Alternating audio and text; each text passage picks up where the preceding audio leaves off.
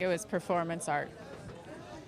They have done things like this in the past, like the apparatus collection where they had the girls in the clogs, the Dutch clogs, and the lighting rigs, and other the pillows I'm thinking of with a Tori Amos performance. They always love a little bit of performance art with their fashion shows, but this I think takes the cake.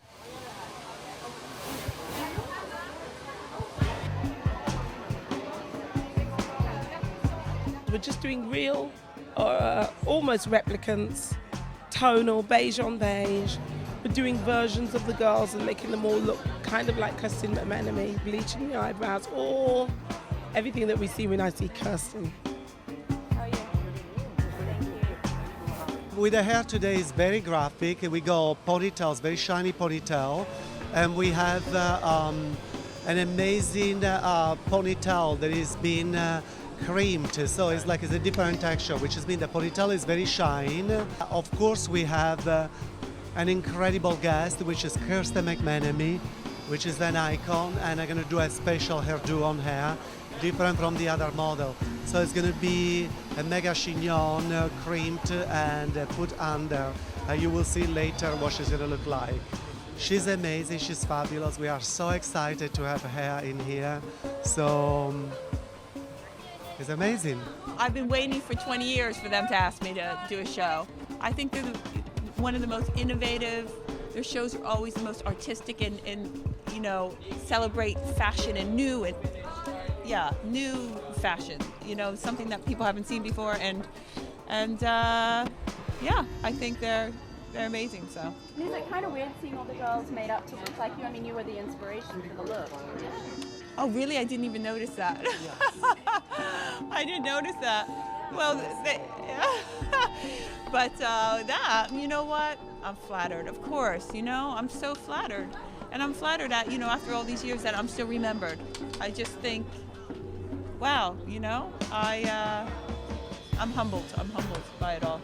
But I'm so happy to do the show, and I think the show's going to be amazing.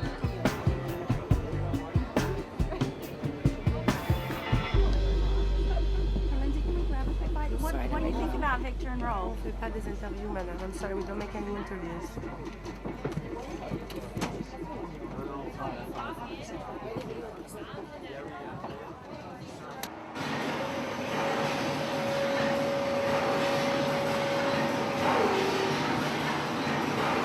Talking to Viktor and Rolf backstage, I got the impression that they wanted to convey a kind of conveyor belt, factory of glamour. So hence we had all that wallpaper with sort of nuts and bolts and spanners and all kinds of industrial things covering the catwalk, covering the walls. And then the idea was to, I think, show the mechanics of dressing.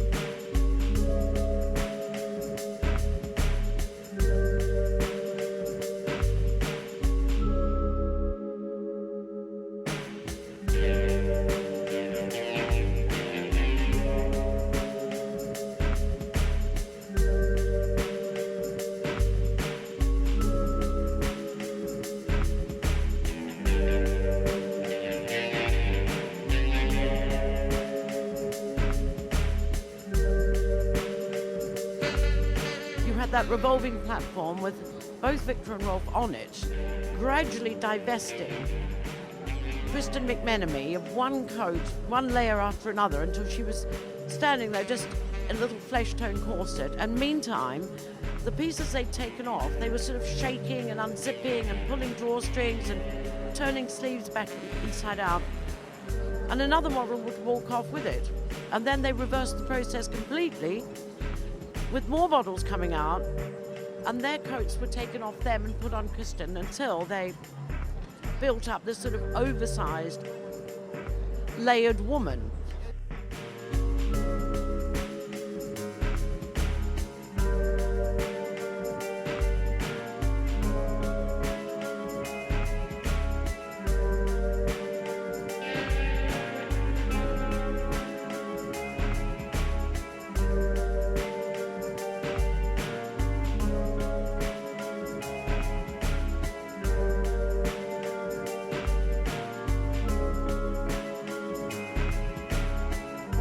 very interesting in the way a strapless evening dress can morph into a cape and sort of play into the whole utilitarian idea that other designers have been thinking about this season in a very fun and amusing and playful way.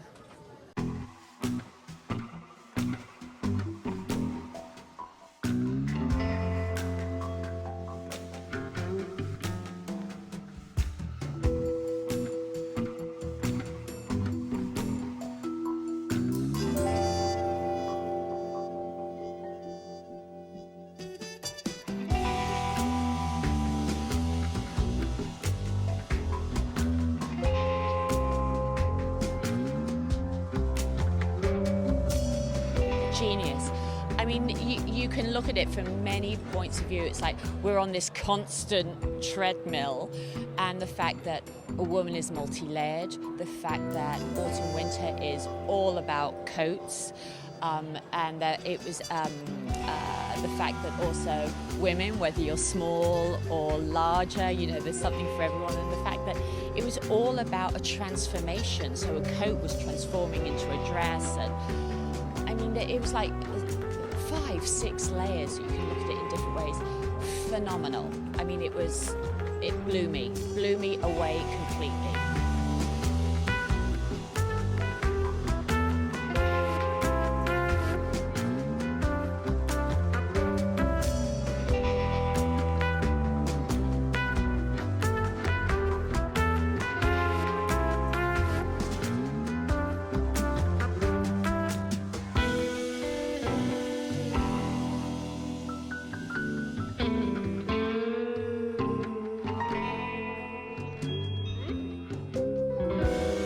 Viktor and Rolf, I mean, they have their ups and their downs with their shows, a lot of controversy, you know, from having women with scaffolding and beam lights that they have to carry around, and, you know, the most impossible shoes. But that was something that each piece, when they then came down in front of you, was so incredibly wearable.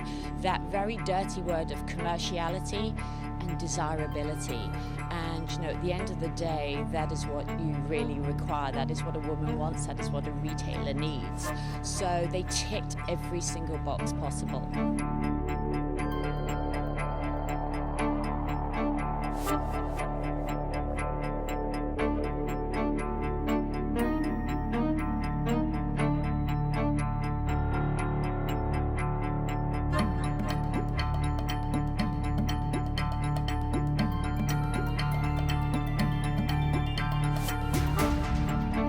I mean, give Viktor and Rolf, you know, their due.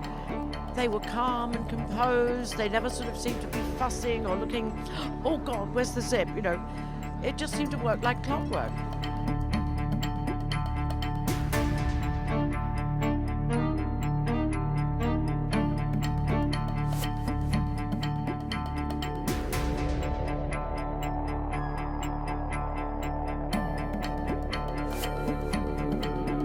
Very, very Viktor and Rolf, in fact. To be honest with you, it was fairly hard, but in the same time it was quite magical because we timed it, we rehearsed it. Viktor and Rolf worked so hard on rehearsing and putting the clothes as fast as they could and all that. But then there was always a margin, of course, for error, and I think it went really well. It was very sweaty back there. The hardest part was to basically get exactly the timing right, so that they would always have something to do, and there would always be a girl arriving right when they need, and not before and not after.